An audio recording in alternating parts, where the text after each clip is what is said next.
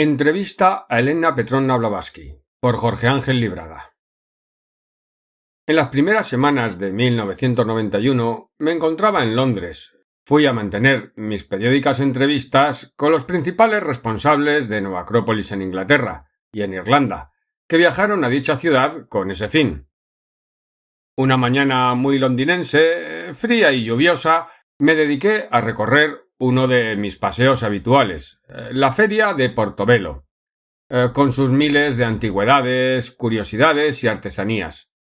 Entonces recordamos que no estábamos lejos de la que había sido la penúltima casa en este mundo de Elena Petrovna Blavatsky, HPB, donde ella escribió gran parte de su monumental obra La doctrina secreta. Un taxi nos dejó en la puerta, y de allí proviene la informal fotografía que puede apreciarse en este trabajo. Es el número 17 de Langton Road. El barrio, hoy muy céntrico, pero familiar y tranquilo, bajo esa fría llovizna de enero, me sugirió el presente reportaje, la posibilidad de hundir mi conciencia un siglo atrás y visitar esa casa cuando su ilustre moradora aún vivía allí. Lo que sigue es, entonces, una ficción, ¿o no? Por lo menos en parte. Ni yo mismo lo sé, pues he aprendido que la ficción y la realidad no están tan separadas como imaginamos.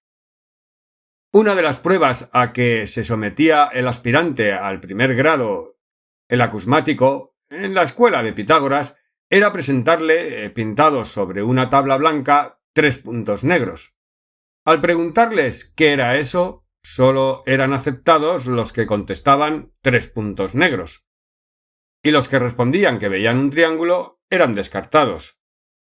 La relación imaginaria, muchas veces simplemente fantástica, de una cosa con la otra, no es una virtud en muchas circunstancias.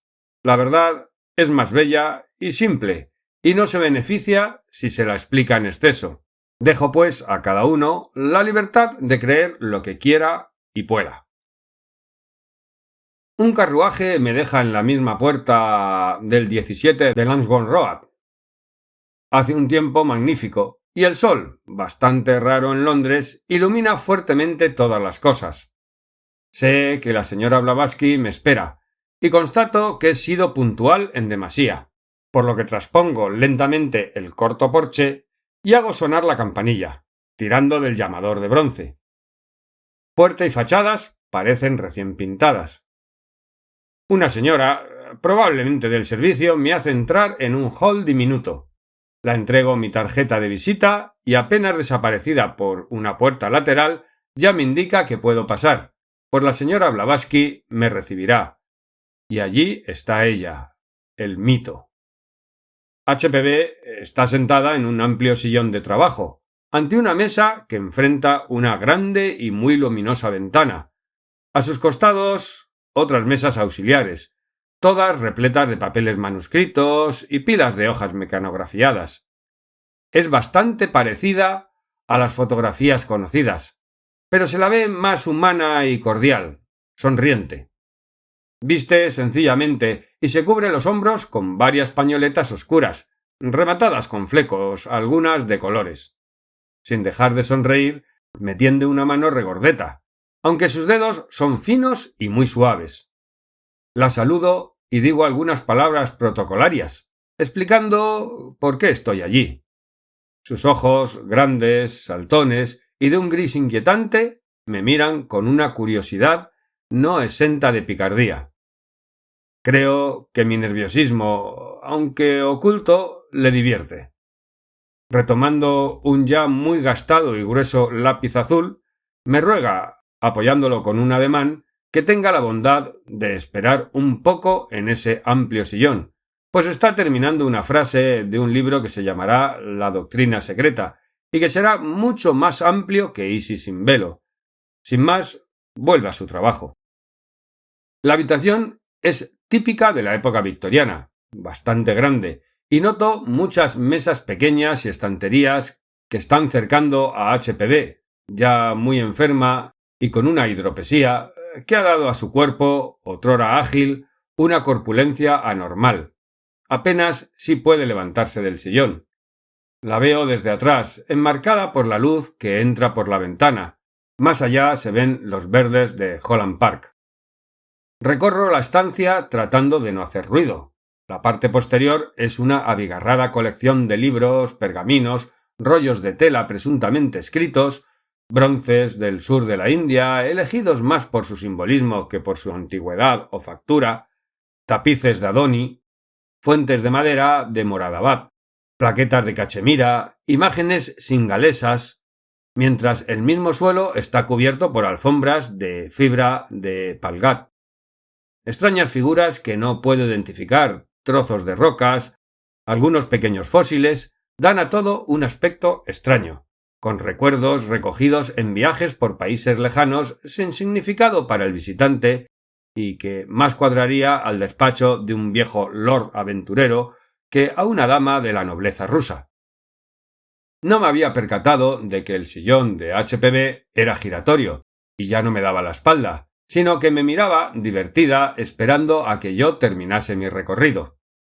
Tras una ocasional excusa me acerqué y me senté en una silla de madera que ella me señaló a unos 2 metros de sí, junto a una mesa solo parcialmente cubierta.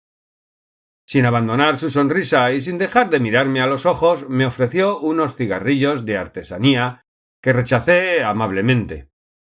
Ella hizo rodar uno entre sus dedos y lo encendió con un fósforo largo de madera. Se expandió por el ambiente una nubecilla cuyo olor rememoraba los cigarrillos turcos que conozco. Por la derecha apareció una figura femenina vestida de gris y negro que se acercó a nosotros muy respetuosamente y musitó algo en el oído de HPB. Dice la condesa que si le acepta un té, me sugirió. Luego de haberla escuchado, me sentí turbado y me puse de pie prontamente, pues no sabía quién era esa aparente asistente de cámara. Dije que sí, y antes de poder cumplimentarla debidamente, tras una graciosa y leve reverencia, se alejó hacia otra sala. Otra vez sentí la mirada divertida de HPB que me preguntó: ¿creía usted que quien penetraba sería un elemental? Su sonrisa quitaba toda dureza a la pregunta, pero sus ojos grises, color niebla, muy transparentes en su pupila, me impresionaban vivamente. No pude menos que fijar mi vista en una campanilla de plata y recordar los extraños fenómenos que se atribuían a la cercanía de HPB, consistentes en tantas y extrañas cosas, entre ellas un sonar de campanilla. Al notar mi atención, ella explicó, siempre divertida, que era solo para llamar a Constance, la condesa, si la necesitaba. Agregó que esta distinguida señora era una buena amiga y una excelente discípula, no solo de ella, sino que ya podría tomar contacto con otros seres superiores, si no estuviera tan atareada cuidándola y atendiéndola a todas horas. Señora, perdone mi embarazo. He venido a hacerle un reportaje, pero no sé ni por dónde empezar. El solo pensar que aquí están los originales manuscritos de la doctrina secreta borra mis preguntas. Pues tranquilícese y tome su té. Yo tomaré café, dijo, señalando la mesa en la que yo había apoyado un brazo y que ahora tenía sobre sí un servicio completo de plata sobre una bandeja con fondo de raíz de nogal, probablemente pesada, aunque yo no había percibido que nadie la pusiera allí ni entrase en la habitación. HPB había dejado de sonreír y se acercaba a su café. Preferí no ser indiscreto y tomé mi té muy caliente y perfumado, té de Ceilán. Viendo a la condesa Constance de Westminster en tan humilde actitud y recordando los muchos nobles generales y académicos que la han frecuentado, parecería que usted tuviese una marcada inclinación hacia esas muy altas clases sociales, pero por otra parte sabemos que ha prodigado su amistad y ayuda a muchísima gente humilde, especialmente entre los hindúes. ¿Puede decirme algo al respecto? Yo también, digamos que he leído algo de lo que usted ha escrito, y si bien es cierto que lo que ha evolucionado realmente con el correr de los siglos no ha sido el hombre en sí, sino sus máquinas, sus vehículos, sus comunicaciones, hay algo que le invito a revisar para entender mejor el siglo XIX.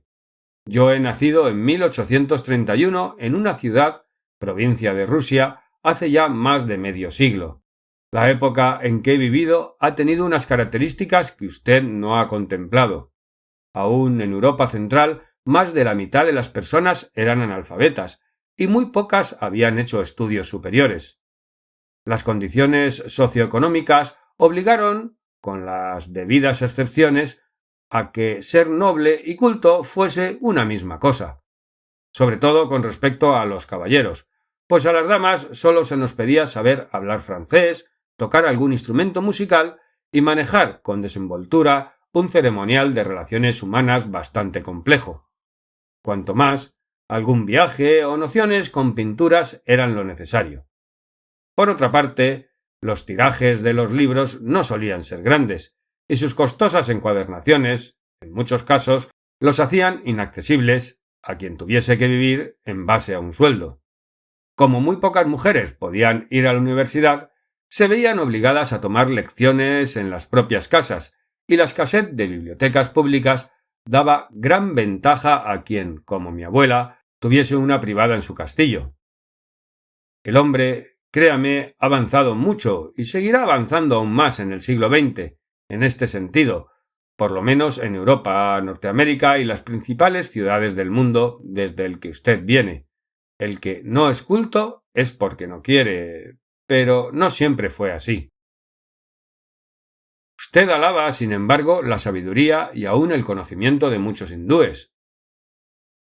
Sí, en la India de mediados del siglo XIX la situación fue algo diferente, pero idéntica en el fondo.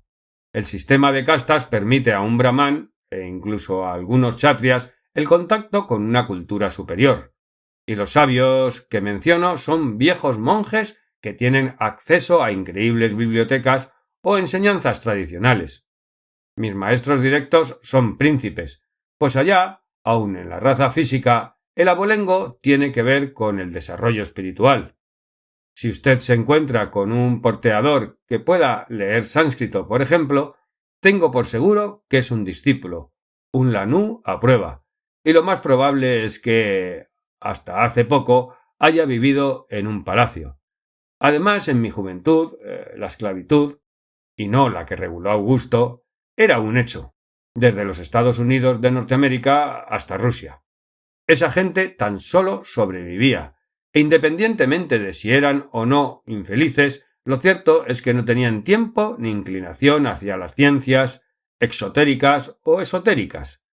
Tan solo creencias, supersticiones, curanderismo.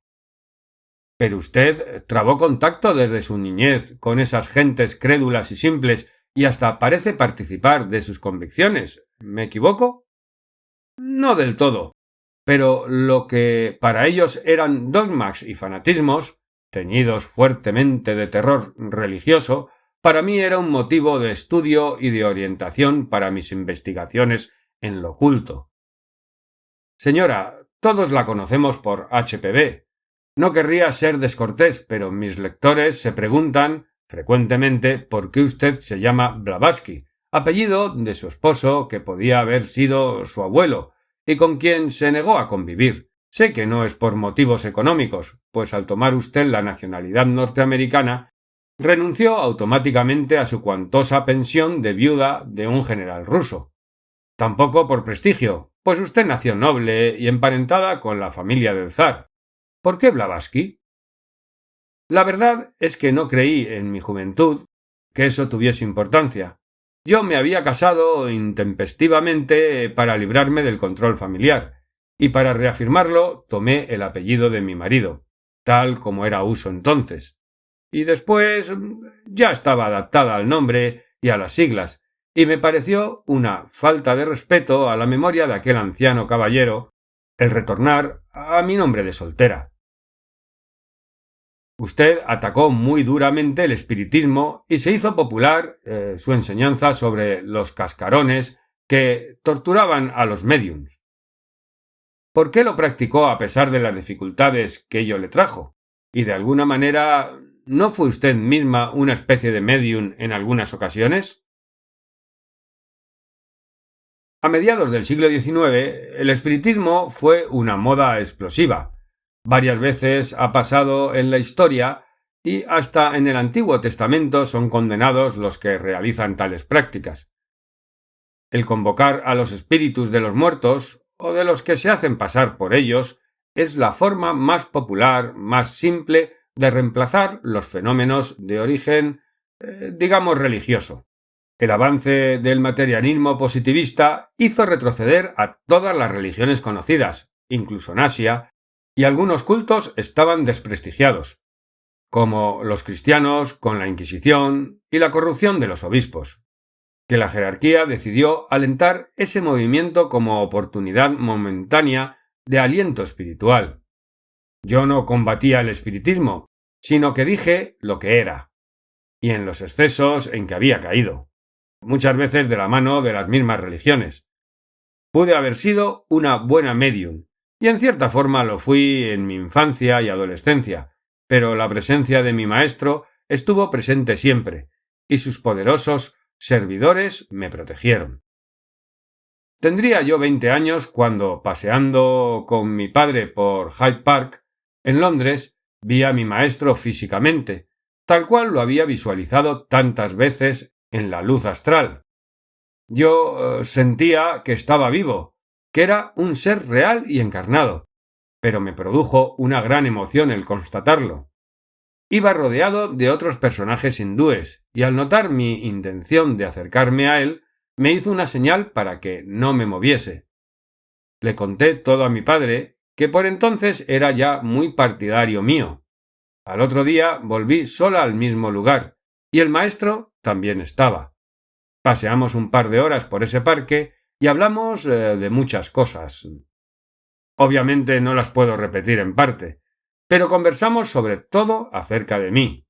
Se me explicaron mis rarezas, el haber sido siempre tan distinta de los demás, y se me dio razón de ello, de mi trabajo en mi presente encarnación, y en especial de cómo dominar mis propios poderes y el mundo de los elementales y demás seres invisibles y fuerzas extrañas que se manifestaban ante mí.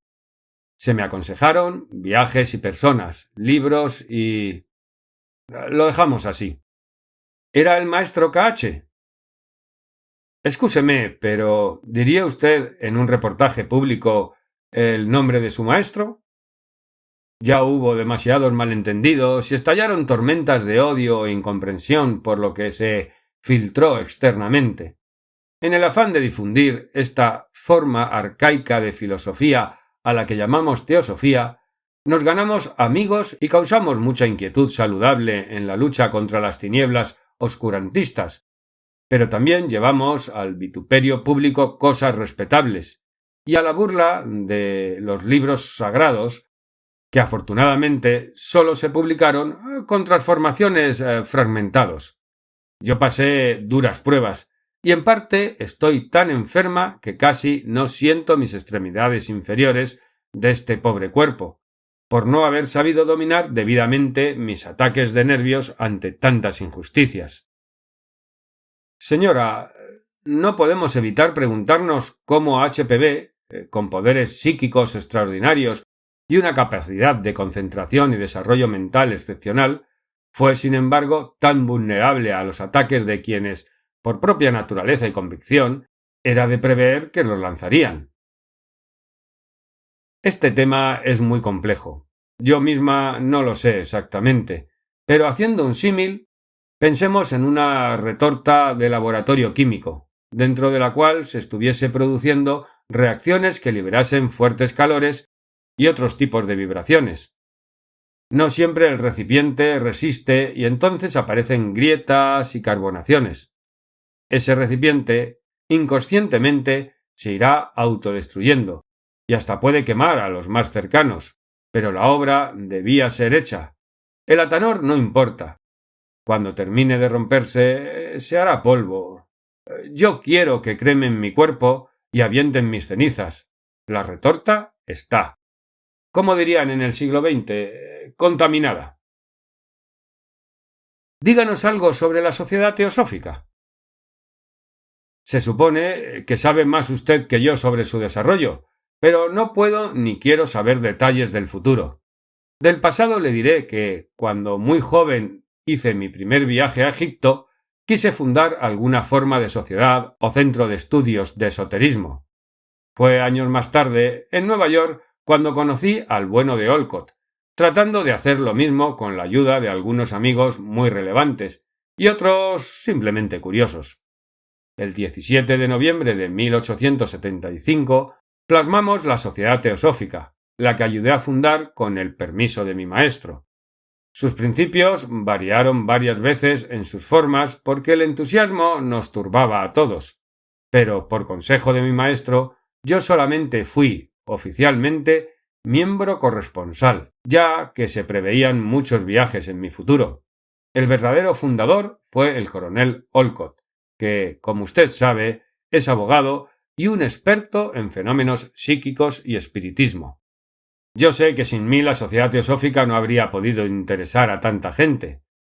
Hoy hay 3 focos poderosos: los Estados Unidos, Inglaterra e India, donde está Adyar, que tal vez un día sea su capital oficial a nivel mundial. Por ahora, eso es más de nombre que en la realidad. Pero también sé que le hice mucho daño, por los ataques de los incompetentes fanáticos religiosos y científicos han embarrado a la sociedad y a muchos de sus miembros por mi culpa.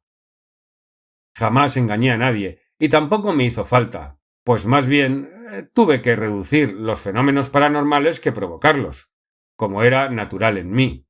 Pero no tuve la habilidad de saber hacer las cosas, de evitar las compañías de personas enloquecidas por los efectos de la mediumnidad o por sus simples bajezas espirituales, envidias y deseos de protagonismo. Ahora, a la vez que escribo la doctrina secreta y corrijo su versión mecanografiada, escribo artículos para The Theosophist y otras revistas teosóficas y científicas, y he comenzado a reunir alrededor mío lo que algunos llaman la Logia Blavatsky, una sección interna que es la verdadera escuela esotérica. Sé que muchos no están preparados, pero esto es todo lo que puedo hacer: trabajar con el material humano disponible. No hacer esto sería peor, aunque muchas veces, no sé, mis voces, que tanto me enseñan, enmudecen. Mi espejo astral no refleja nada. Yo obedezco y cumplo, en la medida de mis fuerzas, lo que se me ha ordenado. También he pensado en escribir un glosario de palabras útiles para la lectura de la doctrina secreta. Hay muchos diagramas pedagógicos que asimismo se le adosarán con el tiempo. Señora, para todos los que apreciamos su extraordinaria y sobrehumana labor, nos es especialmente molesto que no se haya podido evitar que tantos curiosos robasen su tiempo en busca de fenómenos y consultas privadas. Hoy, para que tenga la posibilidad de terminar su obra, entiendo que los maestros han tenido que darle vitalidad extra. ¿Por qué derrochó esa vitalidad anteriormente en fenómenos de escasa utilidad real? Usted perdone, pero cada cual es dueño de emplear su vida como quiere y puede. Libertad no es votar entre las ovejas al pastor de turno, sino algo mucho más profundo, de raíz individual e intransferible. Discúlpeme, yo no quise criticar su actitud, sino que muchos sufrimos con usted tanta ingratitud, y el que, habiendo hecho un movimiento mundial, esté de alguna manera dependiendo de amigos y discípulos no comprometidos por otra cosa que por un lazo personal hacia usted. Es una forma de trabajo que no es la suya, pero que es la mía. A mí me suena como ridícula toda forma de autoridad que no esté firmemente basada en la concordia espiritual, y es probable que ese sea uno de mis muchos defectos, pues se hace inevitable la participación de la propia personalidad. Pero cada cual es como es, y sin autenticidad no haríamos nada. Yo protesto, pero me encantan las largas veladas y discutir de 1000 temas con quienes no piensan igual que yo, y me es muy difícil negarme a quien me pide algo. Yo no creo en la trascendencia de los fenómenos paranormales, pero los han utilizado desde la más remota antigüedad. Despoje usted de fenómenos paranormales a la Biblia, por ejemplo, y el Viejo Testamento se convertirá en una mera recopilación de las vicisitudes de un conjunto tribal, y el Nuevo en una serie de preceptos moralizantes a la manera de cualquier libro de los estoicos. El fenómeno es un ingrediente del que no se puede prescindir totalmente. El fenómeno paranormal, si verdadero y hecho sin fin de lucro, aunque muy peligroso, se suele recordar mucho más que una enseñanza oral o escrita, sobre todo en quienes temen a la vida y a la muerte. Y todos, de alguna manera, tememos algunos aspectos de ese ciclo de la vida y de la muerte. No basta con recordar encarnaciones pasadas. Usted lo sabe bien. ¿Por qué no podemos recordar nada de los periodos entre las encarnaciones, cuando nuestra conciencia está en el Devacán, en el cielo o como se llame? Porque se trata de recordar con la parte mortal, y así sólo recordamos nuestras existencias mortales. Si elevamos nuestra conciencia a lo que no es afectado directamente por la destrucción, podremos tener información de esa vida celeste de que hablaron Platón y tantos iniciados. Y ahora, si me permite, vuelvo a mi trabajo. Es lento. A veces necesito 2 días para que me traigan un dato, una cita, una simple relación sobre libros editados recientemente, pero que yo jamás pude leer. Le agradezco la intención de este reportaje y el que haya enseñado a sus discípulos que mis obras no son un techo, sino una puerta. De cualquier forma, el futuro parece difícil, y pensar en él es frecuentemente frustrante. Es más aconsejable hacer nuestro trabajo sin proyectos a largo plazo. Gracias a usted, señora, por existir, pues ese lazo que usted dice haber puesto para unir tantos ramilletes de sabiduría nos ha permitido conocer cosas ciertas y válidas en medio de la creciente hojarasca. Y gracias por el té tan extrañamente servido. Ya ve, en unos años tal vez de este reportaje solo recordarán la forma de servir el té. HPB ríe y parece de excelente humor, aunque la noto algo cansada y sus manos maquinalmente han vuelto a sus papeles. La saludo y me levanto. Me han parecido pocos minutos. En la puerta se da entrada a nuevos visitantes, pues hoy es sábado y la señora Blavatsky recibe visitas seleccionadas, pero tan numerosas como antes. No puedo dejar de sonreír a mi vez y pensar que HPB, en el fondo, no cambiará nunca. Es un fenómeno, lo sabe y no le importa disimularlo. Ha comenzado a caer el sol y yo camino lentamente hacia las sombras, apretando, como un tesoro, mi cuaderno de notas, que deberé memorizar para confeccionar esta entrevista. Artículo aparecido en la revista Nueva Acrópolis de España número 193 en el mes de mayo de 1991.